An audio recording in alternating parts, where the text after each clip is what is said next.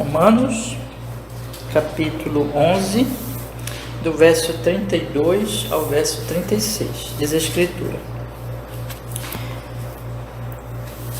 Porque Deus encerrou a todos debaixo da desobediência, para com todos usar de misericórdia. Ó profundidade das riquezas, tanto da sabedoria como do conhecimento de Deus! Quão insondáveis são os seus juízos, e quão inescrutáveis os seus caminhos! Porque quem compreendeu a mente do Senhor, ou quem foi o seu conselheiro, ou quem lhe deu primeiro a ele, para que lhe seja recompensado? Porque dele, e por ele, e para ele são todas as coisas. Glória, pois, a ele eternamente. Amém. Vamos orar, meus irmãos. Ó Senhor, seja assim que nosso coração seja cheio do seu louvor, do seu conhecimento, de amor a Ti, Senhor. Que o Senhor transforme mais e mais a nossa vida por este amor, por essa misericórdia, por conhecermos a Ti, Senhor. Esse é o nosso pedido, e que esta mensagem de hoje, esse nosso estudo de hoje de manhã, opere isso, cumpra isso na nossa alma, Senhor. O Senhor fale conosco. Queremos ouvir a Sua voz pela pregação da Sua palavra, com perdão dos nossos pecados, em nome de Jesus, Senhor, para a Sua glória, nosso bem. Amém. Pode sentar, meus irmãos, pode sentar. Meus irmãos, em cada culto da ceia do Senhor, eu tenho trazido aqui uma pregação sobre a cruz de Jesus, sobre o Evangelho de Jesus Cristo. Eu sempre digo, né? Não é que nos outros dias nós não falemos sobre o Evangelho. Nós estamos falando do Evangelho todos os domingos, todas as quartas-feiras, toda reunião da igreja. Nosso assunto é o Evangelho, é o que Deus fez na nossa vida, está fazendo na nossa vida por meio de Jesus Cristo, pelo seu Espírito Santo, né? Mas as ceias, assim, é um momento tão especial que nós paramos os estudos que nós fazemos regularmente na escola bíblica e estamos aqui trazendo, irmãos, mensagens sobre, assim, de textos mais diretamente sobre Jesus, o Evangelho, a obra da cruz. E eu acho que hoje já é a quarta ceia que eu estou fazendo assim com vocês, se eu não me engano. E nós temos tratado aqui de textos, especialmente da carta aos Romanos.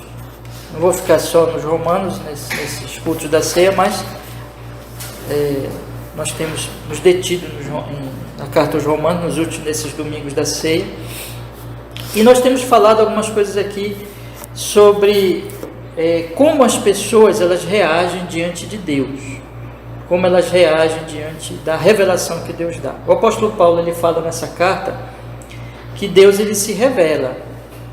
Eu acho aqui que todos nós conhecemos bem a carta aos Romanos já, e uma coisa que sempre nós temos também falado na nossa igreja, ali do trecho de Romanos capítulo 1, a partir do versículo 18, onde Paulo diz, até do versículo 18 até o final do capítulo, onde ele fala da reação dos homens à revelação de Deus, geral. Então nós olhamos assim, irmãos, olha o sol, né? Olha o sol. E hoje eu levantei cedinho, assim, e me acordei um momento, acho que era 5h15 da manhã, e os passarinhos estavam cantando já, né? E nasceu o sol, e está aí o dia, nós estamos respirando, tem oxigênio, nosso corpo é de uma complexidade impressionante, que a ciência continua estudando todas as coisas. E tudo isso, irmãos, o apóstolo Paulo diz, olha, isso mostra que há um Deus. Deus criador e provedor. Vamos lembrar do Salmo 19. Os céus proclamam a glória de Deus, e o firmamento anuncia as obras das suas mãos. Então, tudo manifesta, tudo apresenta Deus. Deus está falando, Deus está se revelando. É isso que Paulo diz na carta aos Romanos. Mas ele mostra, irmãos, que ainda que seja verdade, ainda que o céu proclame a glória de Deus e o firmamento anuncie as obras de suas mãos, mas Paulo fala também nesta carta maravilhosa que Deus se revelou ainda mais claramente na pessoa de Jesus Cristo, seu Filho, no seu amor por pecadores tão terríveis como nós.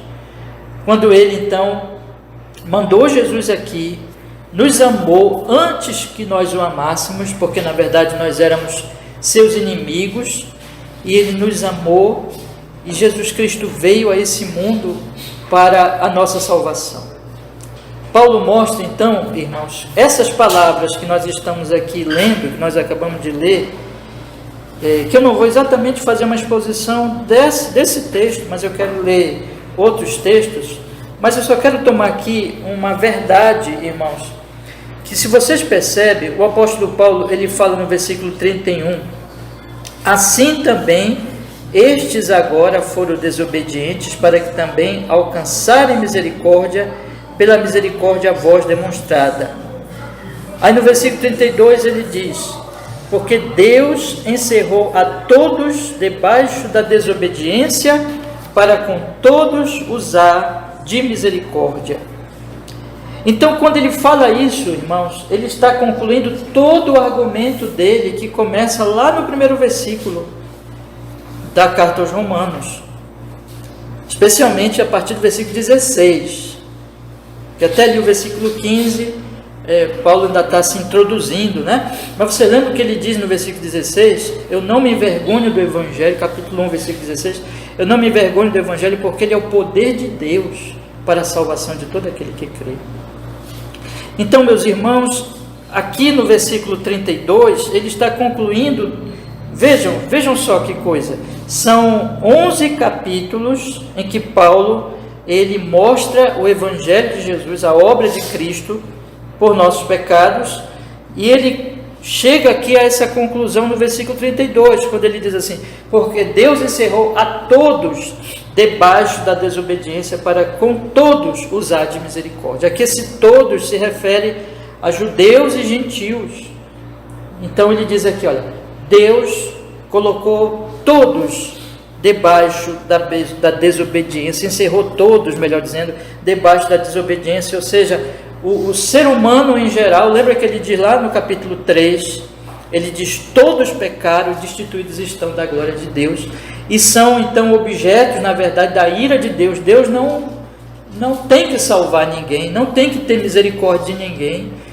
Deus poderia ter encerrado todos no inferno e não ter feito nada. Seria justo se Deus fizesse isso. Mas, irmãos, como nós também já tivemos a oportunidade de estudar aqui numa ceia anterior, ele nos salva de maneira justa, porque Jesus Cristo nasceu de uma virgem, se tornou homem como nós, viveu nesse mundo como uma pessoa absolutamente perfeita, santa, o único que obedeceu a Deus, e morreu por nossos pecados, ou seja, de uma maneira justa. Ele colocou os nossos pecados, ele nos salvou porque ele colocou os nossos pecados sobre o nosso representante, que é Jesus. Paulo diz também em Romanos capítulo 5 que nós temos dois representantes. Nós temos Adão, que caiu e que trouxe sobre a raça humana, como representante da raça humana, o pecado, a morte, a condenação. Mas nós temos o segundo Adão, nós temos Jesus Cristo, que não caiu, que assim como Adão foi tentado pela serpente, pelo diabo, no jardim do Éden, Jesus também foi tentado pela serpente, pelo diabo, só que não foi no jardim do Éden, foi no deserto, e 40 dias sem comer, mas ele não cedeu, ele venceu Satanás, e ele viveu uma vida sem pecado, ele não se deixou levar pelas tentações, pelas pressões desse mundo, viveu em obediência. Ele é o nosso representante, e quando ele morre na cruz, ele não está levando os pecados dele, nós vamos lembrar daqui a pouco sobre o pão, o vinho, sobre o corpo dele partido, o sangue dele derramado. Então, quando ele morre naquela cruz, não é pelos pecados dele, porque ele não tinha pecado, mas como João Batista diz, eis o Cordeiro de Deus que tira o pecado do mundo. Então, quando ele morre na cruz, Deus de maneira justa pode agora nos salvar, porque Jesus já levou a nossa culpa, o nosso pecado, e é o nosso representante perfeito diante dele. E é isso que Paulo está dizendo: olha, todos Deus encerrou na desobediência, para com todos usar de misericórdia. Todo o seu povo, seja judeu, seja gentil, todos eles são alcançados pela misericórdia, pela bondade de Deus, pelo socorro de Deus. Nós éramos miseráveis, nós éramos pobres, mendigos espirituais, que estávamos só esperando a nossa morte para sermos lançados na prisão eterna. Mas Jesus Cristo veio aqui a esse mundo e sofreu no nosso lugar. E agora, irmãos, Paulo está dizendo: eis esse Deus, Salvador, Redentor. E é por isso que depois de todos os seus argumentos, ele não se contém. Se você ler as cartas de Paulo, você vê que Paulo era um homem, assim, irmãos, que tinha uma... Eu vou usar essa palavra muitas vezes é mal usada, né? Mas eu vou usá-la para expressar aqui, irmãos, que Paulo, ele era um apaixonado. Ele era alguém que amava a Deus profundamente, que tinha um deleite, uma alegria em Deus por causa do que ele observava nas obras de Deus.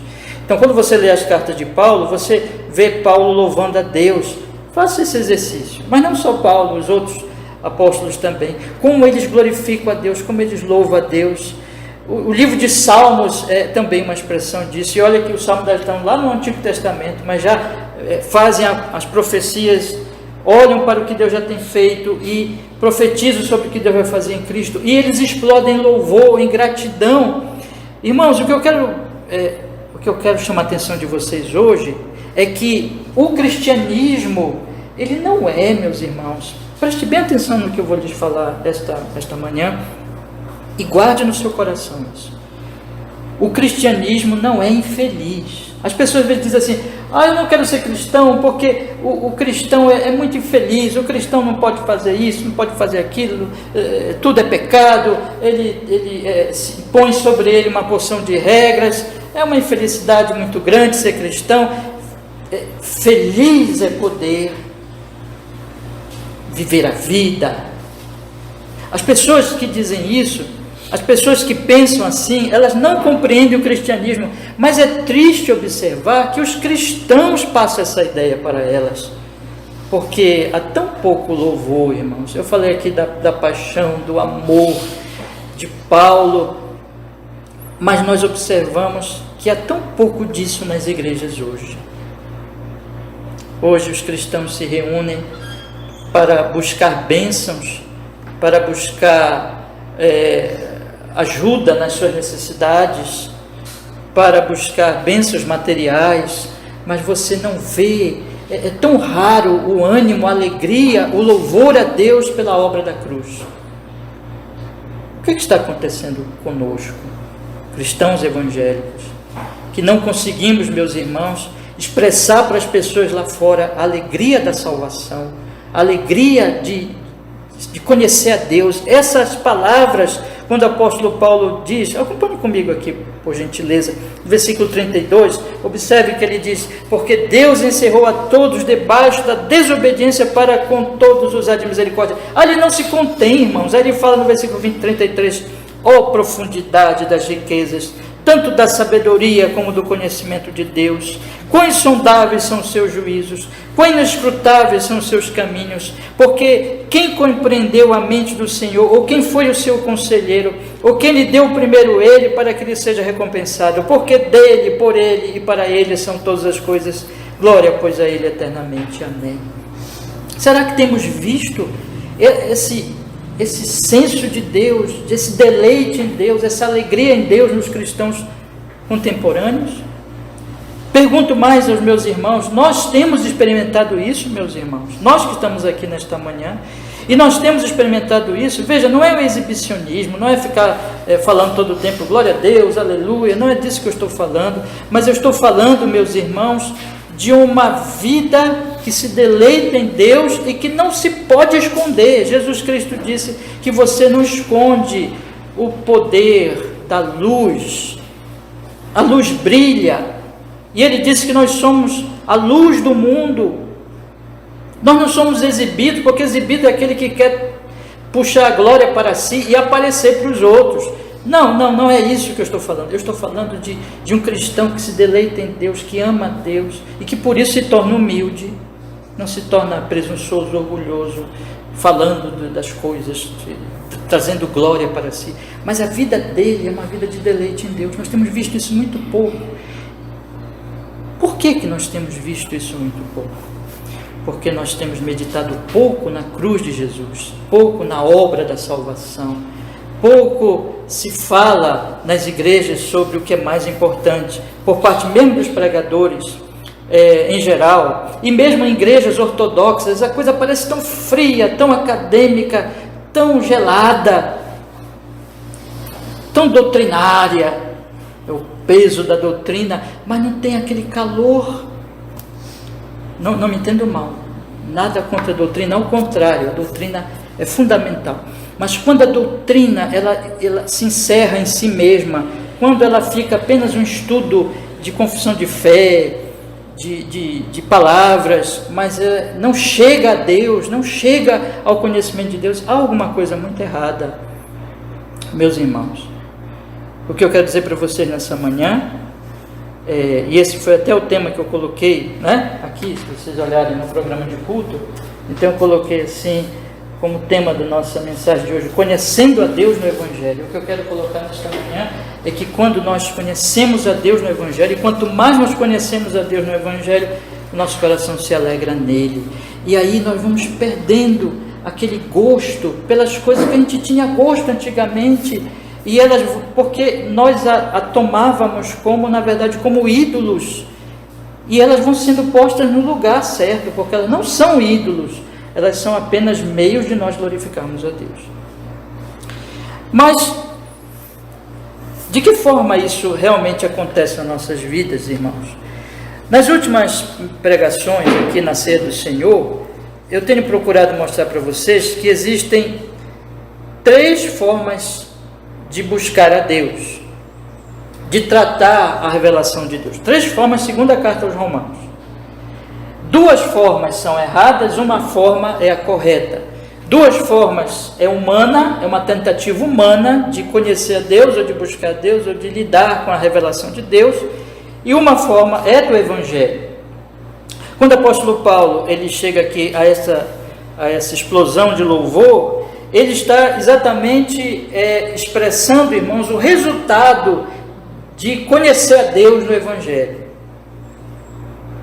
Mas existem aquelas 2 outras formas. Quais são essas 2 outras formas? A primeira forma é do capítulo 1 de Romanos, ou seja, daqueles homens pagãos, aqueles homens que eles têm conhecimento de Deus. Eu comecei a mensagem hoje falando do sol, falando da glória da natureza, da criação de Deus, do Salmo 19. Pois bem, Paulo diz lá que esses homens, eles conhecem a Deus. Deus, ele se revelou a eles, a sua divindade, o seu poder, nos seus atributos gloriosos, nas coisas que estão criadas. No capítulo 2, o apóstolo Paulo ainda reforça isso, dizendo o seguinte: olha, existe um padrão da lei de Deus na consciência dos pagãos. Mesmo aquelas pessoas que não tiveram a lei de Moisés, eles sabem, por exemplo, que matar é errado, que roubar é errado. Eles têm esse senso de justiça, porque Deus colocou a lei no coração dos homens, ainda que ela esteja manchada pela queda, pelo pecado, mas está lá o padrão, e a consciência acusa ou defende a pessoa de acordo com esse padrão. Então você vê uma criancinha, quando ela mente, ela não mente, vamos colocar assim, irmãos, quando ela mente, quando ela tenta enganar o pai e a mãe, desde pequenininho ela sente que aquilo não está legal, que aquilo não é uma coisa boa. Como é que pode isso? É porque está lá o padrão da lei de Deus no coração daquela criança, de forma, irmãos, que Paulo está dizendo, olha, Deus se revela, mas o que é que os homens fazem com essa revelação de Deus? Vamos dar uma olhadinha lá no capítulo 1? Então volte a sua Bíblia lá para o capítulo 1. É isso que eles fazem, irmãos. Eles fazem o que está no versículo 21. Capítulo 1, verso 21. Porquanto, tendo conhecido a Deus, não o glorificaram como Deus, nem lhe deram graças, antes em seus discursos se desvaneceram, e o seu coração insensato se obscureceu, dizendo-se sábios, tornaram-se loucos, e mudaram a glória do Deus incorruptível, em semelhança da imagem do homem corruptível, e de aves, e de quadrúpedes, e de répteis. Por isso também Deus os entregou às concupiscências dos seus corações, à imundícia, para desonrar os seus corpos entre si, pois eles mudaram a verdade de Deus em mentira, e honraram e serviram mais a criatura do que o Criador, que é bendito eternamente. Amém. Você vê que Paulo fala do Criador, Paulo já louva o Criador, que é bendito eternamente. Amém. Ele não se contém, né? Mas quando ele fala aqui no Criador, ele diz assim, os pagãos não fazem o que eu estou fazendo agora, louvando a Deus. Os pagãos, eles deixam de louvar a Deus para louvar a criatura. Eles deixam de louvar o Criador para louvar a criatura. Por que eles fazem isso? Eles atribuem à criatura as qualidades de Criador. Isto é, eles atribuem à criatura a divindade, em vez de atribuir a divindade, a glória, o louvor, que é isso que ele está falando aqui, que é bendito eternamente, amém, ao Deus verdadeiro, ao Criador de todas as coisas. Então, eles não fazem o que eles têm que fazer. Por que eles não fazem o que eles têm que fazer? Porque eles invertem as coisas. Eles têm como que um problema seríssimo com a realidade. Eles não percebem a realidade. A realidade é ali, olha, Deus existe, Ele é o Criador, Ele se revela, mas eles agora abandonam o Criador para adorar a criatura e para atribuir à criatura divindade. E se prostrar diante da criatura. Paulo diz, né? Mudaram a glória de Deus, versículo 23, em semelhança de imagem de homem corruptível, de aves, de quadrúpedes, de répteis. Eles mudaram, eles colocaram agora essa glória santíssima, essa divindade, esse Deus maravilhoso, deixaram a Ele e atribuíram o que é dele à criatura. Mas a criatura é tão pequenina, é tão insignificante, não é Deus. Por que eles fizeram isso? Porque, versículo 25, eles mudaram a verdade de Deus em mentira. Mudar a verdade de Deus em mentira. É isso que o homem faz quando ele lida com Deus. É uma maneira humana de tratar Deus. Deus se revela, irmãos, mas eles então rejeitam a revelação de Deus, mudam a verdade que está apresentada a eles sobre Deus e criam uma mentira e mentem a si mesmo. A partir daí, eles vão servir, porque o homem é adorador, o homem não pode deixar de adorar. Eles vão servir, em vez do Criador, o que tem mais para servir? Tudo o resto é criatura. Então, vão servir a criatura. Essa é a maneira do pagão. E nós podemos aplicar isso, eu tenho aplicado isso desde a primeira mensagem, ao homem dos nossos dias, seja secular, seja ateu. Aquela pessoa que você conhece, que não vai em igreja, e nem quer saber disso. E ele não vai nem mesmo em igreja evangélica, católica, não vai para nada. Ele é uma pessoa secular, ele é uma pessoa deste século. Ele é uma pessoa que não pensa nas realidades, digamos assim, transcendentais, das realidades que vão além desse mundo. Ele é um homem só daqui. Ele é um homem que só pensa no comer, no beber, no estudar, ele só tem a filosofia humana, seja uma filosofia mais elaborada, mesmo dos filósofos, ou a filosofia, o pensamento normal dos homens, ele só tem isso, ele só tem o que é deste mundo. E quando a pessoa faz isso, a pessoa está afogando a revelação de Deus que está aí na criação. Às vezes ela pode ouvir também uma pregação, ela pode ter lido em algum momento a Bíblia, ou ouvido uma pregação, ou lido alguma coisa sobre Deus, mas ela afoga também. E qual é o resultado disso? Como é que ela vai ver Deus? Ela vai ver Deus como criatura. Ela vai olhar para o dinheiro dela e vai dizer, esse é meu Deus.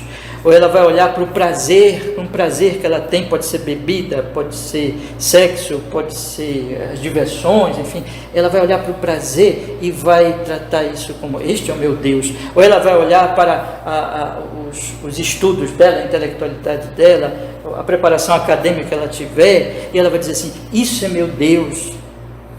Ela vai olhar para o corpo dela. Hoje, na geração que nós vivemos, em que as pessoas vão muito para as academias, se preocupam muito com a saúde física e todas essas coisas, e o problema não está exatamente na questão de buscar saúde, mas está em que eles passam a idolatrar o corpo, os músculos. Eles querem ser, como eu já disse até uma vez, alguns domingos, eles querem ser sempre jovens, o que é uma grande ilusão. Eles querem sempre estar bem fisicamente, eles idolatram a criatura. Os homens então passam a viver para a criatura. E o problema disso qual é, meus irmãos? O problema disso é que, bom, eles fazem isso, antes de falar do problema, eles fazem isso porque eles querem um Deus que se adeque ao pecado deles, à iniquidade deles, ao coração deles, que rejeita a glória de Deus. Eles estão cegados pela sua desobediência, rebeldia. Então eles criam um Deus que é adequado a essa rebeldia, mas é um Deus, e é isso que Paulo está enfatizando aqui, irmãos. Quando Paulo fala assim, veja a linguagem de Paulo, eles honraram e serviram mais a criatura do que o Criador, que é bendito eternamente, amém. Ele está colocando aqui, sabe, que Deus, ele não se compara com nada, porque Ele é o Criador. Mas os homens deixam a glória de Deus e vão adorar a criatura. É algo tão baixo, tão pequeno, tão insignificante viver para a criatura. O final disso é a morte. Porque Paulo diz, meus irmãos, no finalzinho desse trecho, versículo 32, os quais, conhecendo o juízo de Deus, que são dignos de morte o que das coisas praticam, não somente as fazem, mas também se agradam do que as fazem. Paulo diz que quando eles começam a servir a criatura, existe uma degradação moral, porque como Deus é santo, e eles perdem essa percepção da glória, da santidade de Deus, e eles vão se afundando cada vez mais, porque Paulo diz aqui que Deus os entrega ao seu próprio coração, eles vão se afundando no seu próprio pecado e vão se degradando cada vez mais moralmente, e eles não têm percepção disso, porque eles se afastaram de Deus, e o coração deles vai se tornando cada vez mais obscuro, mas está lá a consciência dizendo, olha, isso aí é mal, mas eles rejeitam isso até a morte. Então eles servem algo insignificante, eles servem a criatura, e eles morrem servindo a criatura. Que vida infeliz, que vida infeliz, irmãos. Essa é a vida dos homens lá fora, daquele seu amigo, daquela sua amiga. E Deus nos livre, se alguém entre nós está vivendo assim, sem Cristo verdadeiramente, essa é a sua vida também. Mas existe, irmãos, eu tenho que correr aqui porque não quero me demorar muito. Mas existe uma outra maneira humana de lidar com Deus. É a maneira da gente de igreja. Pessoal da igreja, pessoal religioso, pessoal que se diz cristão. Mas Paulo fala de judeus. Ele diz assim, vamos ler aqui, irmãos, o capítulo 2, só alguns versículos. 3. Tu, homem, que julga os que fazem tais coisas, cuidas que fazendo-as tu escaparás do juízo de Deus? Ou desprezas as tuas riquezas da sua benignidade, paciência e longanimidade, ignorando que a benignidade de Deus te leva ao arrependimento? Mas, segundo a tua dureza e teu coração impenitente, entesouras ira para ti no dia da ira e da manifestação do justo juízo de Deus. Paulo está falando aqui do hipócrita. Paulo está falando aqui agora do homem que tem a lei de Deus. Ele diz mais adiante um pouquinho, lá no versículo 17, observe que ele diz assim: eis que tu, que tens por sobrenome judeu, repousas na lei, te glorias em Deus, e sabes a sua vontade, aprovas as coisas excelentes, sendo instruído por lei, e confias que és guia dos cegos, luz dos que estão em trevas, instrutor de nécios, mestre de crianças, que tens a forma da ciência e da verdade na lei. Tu, pois, que ensinas a outro, não te ensinas a ti mesmo? Tu que pregas que não se deve furtar, furtas? Tu que dizes que não se deve adulterar, adulteras? Tu que abominas os ídolos, cometes sacrilégio? Tu que te glorias na lei, desonras a Deus pela transgressão da lei? Paulo está falando aqui, então, veja, de outro tipo de pessoa. Não é mais do capítulo 1, que tinha apenas a revelação geral, na criação, mas rejeita e foi se degradando moralmente, adorando a criatura. Paulo está falando agora do judeu. Ele tinha lei, ele ia para o culto, ele ia para o templo de Deus. No tempo de Paulo tinha o templo, tinha os sacerdotes, tinha os sacrifícios, tinha as Páscoas. Lembra que Jesus participou de Páscoas? Tinha as festas religiosas, e eles conheciam os 10 mandamentos. Paulo cita aqui os 10 mandamentos, parte deles. Eles diziam para os outros pagãos, eles olhavam para os pagãos e diziam assim: nós não somos como vocês, nós somos povo da lei. Se gloriavam na lei, mas não na medida em que eles julgam os outros e que eles se consideram mais justos que os outros. A lei os condena. A lei diz para eles assim: vocês também são pecadores. Mas eles se acham justos porque eles acham que conseguem obedecer à lei. Eles são esforçados.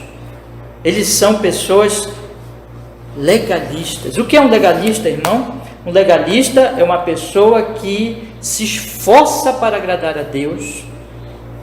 Religiosa, é gente de igreja, não é seculares que eu falei agora, não. É gente que vai no culto, é gente que se esforça para ser obediente, é gente que entende que Deus vai se agradar da sua justiça. É o tipo de pessoa que se sente justo e julga os outros, mas que nunca julga a si mesmo profundamente, cria regras e se esforça por essas regras, mas nunca lida com a lei de Deus de maneira profunda, porque se fizesse isso, a lei o humilharia. E é isso que Paulo está dizendo aqui: essas pessoas, elas não são conscientes de que, olha, quando eles condenam o adultério dos outros, eles estão adulterando a sua maneira.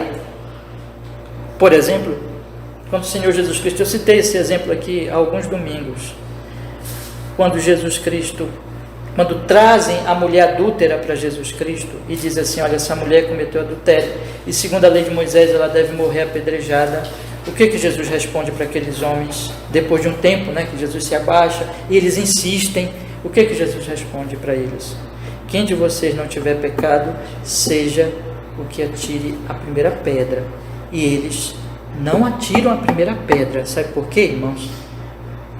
Porque eles também eram adúlteros.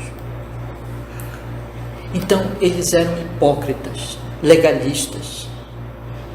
E o hipócrita legalista, ele cria um Deus para si, também legalista. Mas ele nunca tem paz. Ele nunca tem alegria. Porque ele tenta se esforçar no seu orgulho, ele se julga melhor do que os outros, mas ele não consegue nunca a paz e a alegria que só vem do Evangelho. Não consegue, irmãos. A religião dele é triste, arrastada, penosa, cheia de regras.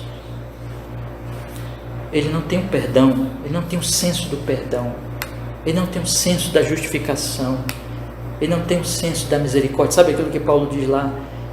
Que Deus teve misericórdia, Deus encerrou todo sobre o pecado para com todos usar de misericórdia. Ele não sabe o que é isso, porque ele é um legalista. Tem muita gente assim entre nós, nas igrejas. Talvez seja um caso de um de vocês aqui. A falta de alegria, porque há sempre uma tentativa de agradar a Deus por si mesmo.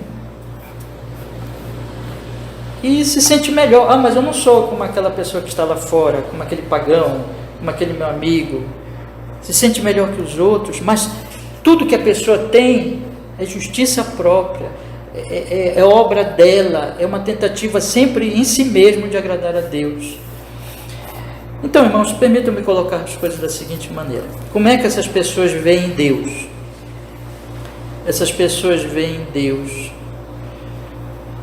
no caso do pagão, como uma criatura mesquinha, insignificante, que não lhe salva e que no final vão morrer adorando esse falso Deus. Como é que o religioso vê Deus? Eu vou colocar da seguinte maneira, eu vou tentar descrever como o religioso vê Deus assim. Deus para ele não é um Deus de misericórdia e de graça. É um Deus que só traz a lei. É um Deus que sempre tem uma face pesada e julgadora. É um Deus que somente está pronto a mandá-lo para o inferno. É um Deus, meus irmãos, também que se satisfaz, às vezes, com alguma boa obra dele,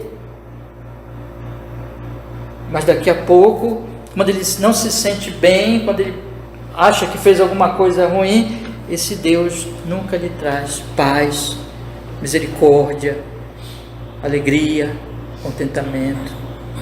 Eu desconfio que a falta de alegria nos cristãos modernos, ou é porque eles são pagãos, vestidos de cristianismo, que adoram a criatura dentro de uma veste, religiosa, ou porque eles são legalistas que nunca conseguem se alegrar com a salvação, que nunca conseguem se alegrar com a cruz de Jesus, que nunca pode dizer, como Paulo, capítulo 5 de Romanos, justificados, pois, mediante a fé, temos o que, meus irmãos? Paz com Deus, por meio de nosso Senhor e Salvador Jesus Cristo.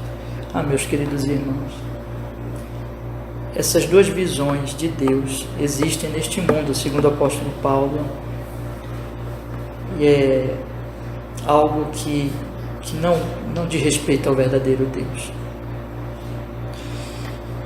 Quem é Deus? Segundo Paulo, Romanos capítulo 3, versículo 21.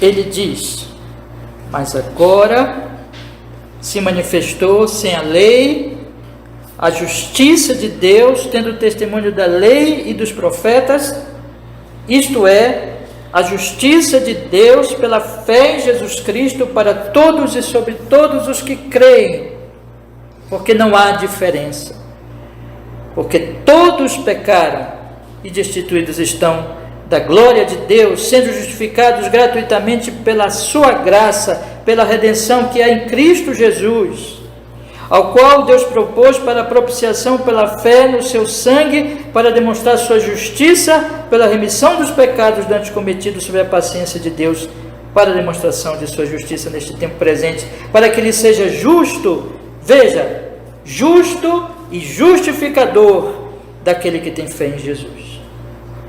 Esse é o Deus verdadeiro. É o Deus, podemos resumir aqui, nesse aspecto, com relação aos nossos pecados, que esse Deus é justo e justificador. O que significa isso? Nós cantamos agora assim, irmãos, esses hinos antigos são tão maravilhosos, né? Esse aqui é do cantor cristão que nós cantamos. E ele tem uma estrofe aqui, o hino Foi na Cruz. Ele tem a primeira parte dele assim: tão cego andei, perdido vaguei, longe do meu Salvador. Na segunda parte diz assim: eu ouvia falar dessa graça sem par, que do céu trouxe o nosso Jesus, mas eu surdo me fiz, converter-me não quis ao Senhor, que por mim morreu na cruz. É o homem resistindo ao Evangelho.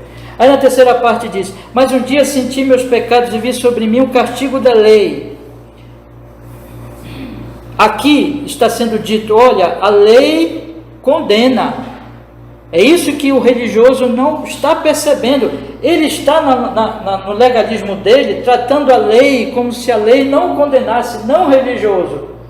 Paulo vai dizer aqui, e esse hino é absolutamente bíblico, mostrando que a lei condena, que a lei diz: todos pecaram, destituídos estão da glória de Deus, e vocês justamente merecem a morte, o inferno. Essas boas obras de vocês não adianta nada, isso é obra de homens ímpios, pecadores.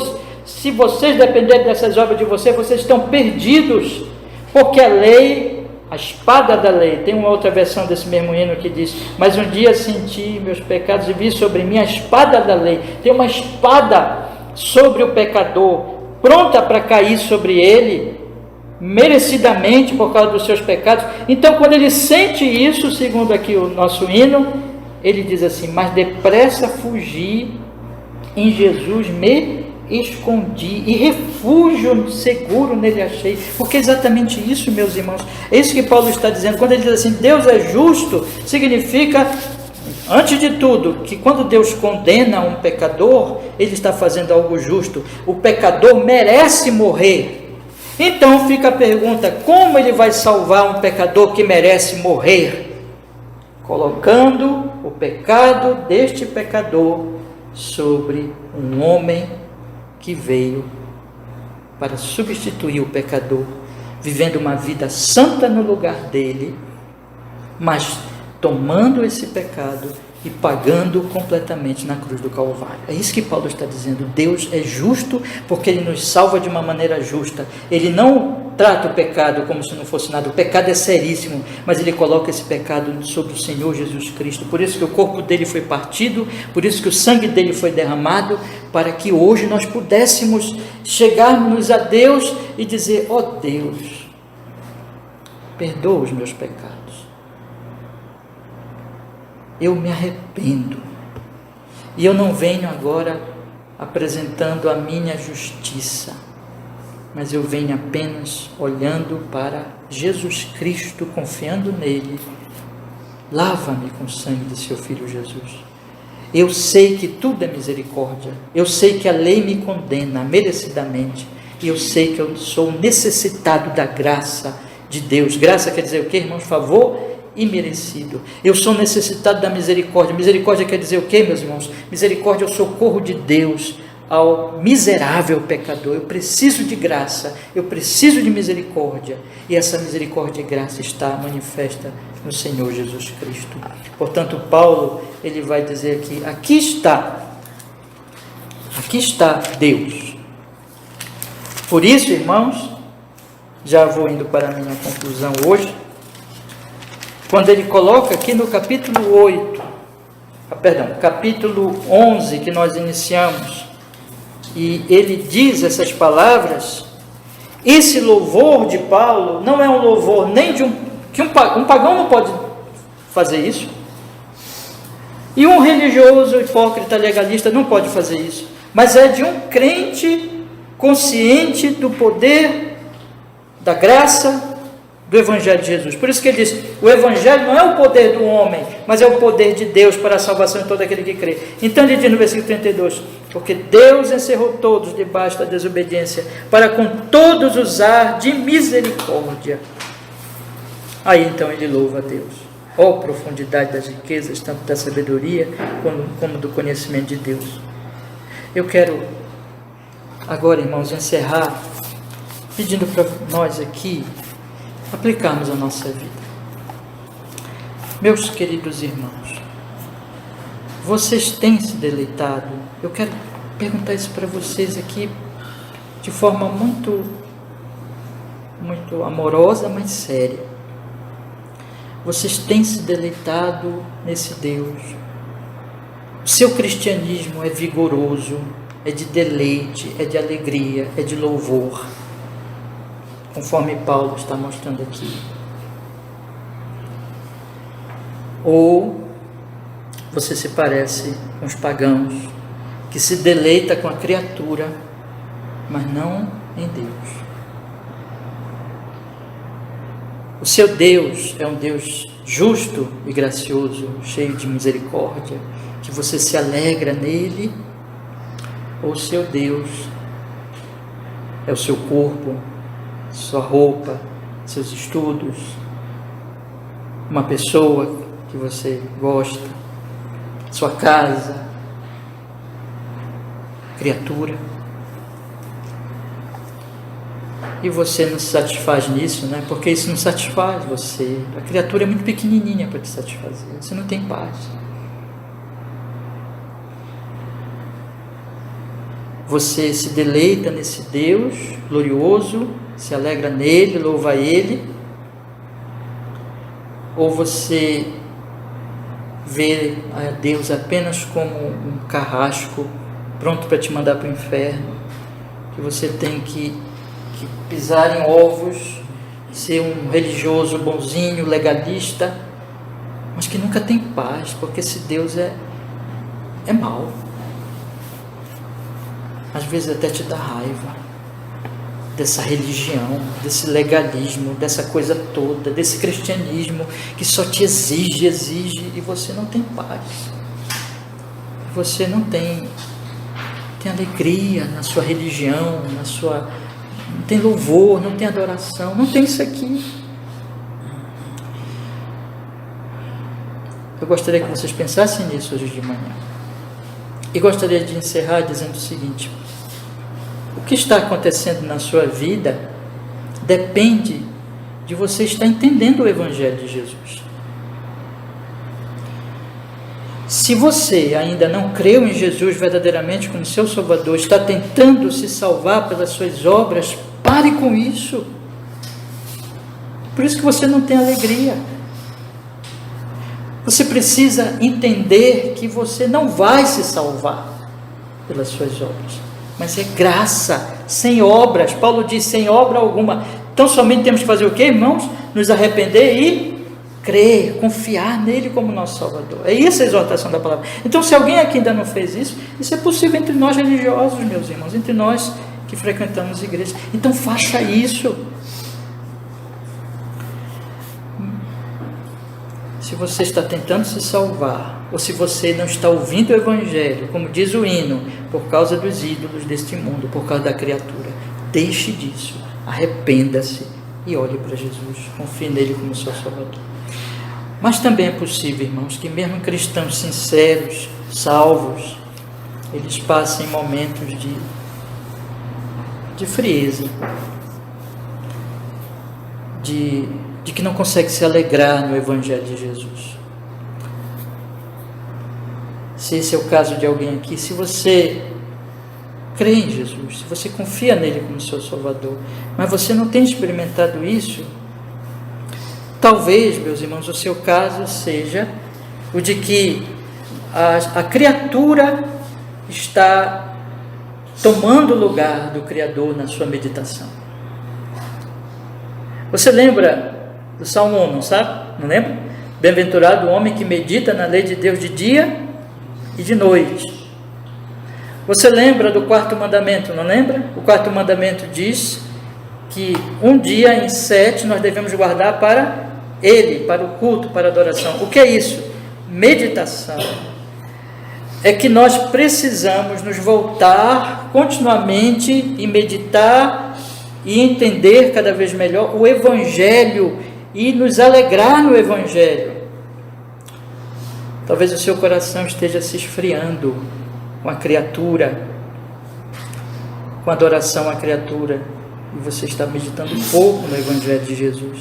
Ou talvez seja um outro caso, de que tem um pastor que eu gosto muito, falecido há pouco tempo, o Tim Keller, e Tim Keller falava assim: existe sempre uma sementinha de legalismo em nós, irmãos, e nós começamos a esquecer, a deixar de meditar que a salvação é pela graça e que a nossa caminhada é pelo Espírito Santo, é pela graça, é olhando para Jesus, e começamos a deixar crescer essa sementinha do legalismo, e começamos a pensar que as nossas obras agradam a Deus.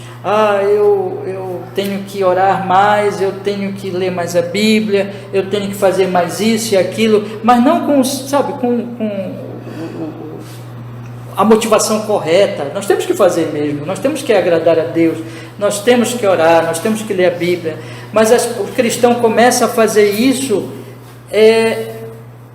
para ganhar Deus, para ganhar a bênção de Deus. Isso é legalismo, isso tira a nossa alegria do Evangelho, isso tira o nosso gozo da graça, na graça de Deus. O que eu quero encerrar é dizendo para vocês o seguinte, irmãos, quero dizer aqui para a gente finalizar: volte-se à cruz de Jesus, medite na cruz de Cristo, todos os dias, diga para Deus assim: ó Senhor, eu quero entender o seu amor, a sua graça, a sua misericórdia, alegro meu coração em Ti, e me faz Te louvar, Senhor. Medite em oração, pedindo essa alegria do Espírito Santo, e que Deus possa te alegrar. Olha, não se conforme com o cristianismo arrastado, com o cristianismo legalista, com o cristianismo que está mascarando a adoração à criatura, mas vá a Deus em Cristo para conhecê-lo mais, para se alegrar mais dele. Por isso que a gente vai fazer a ceia. Por que a ceia, irmãos? Para sempre nos lembrar da cruz de Jesus. Vamos orar? Vamos pedir que Ele nos fortaleça nesta sua obra de misericórdia no nosso coração. Ó Deus amado, hoje nós estivemos aqui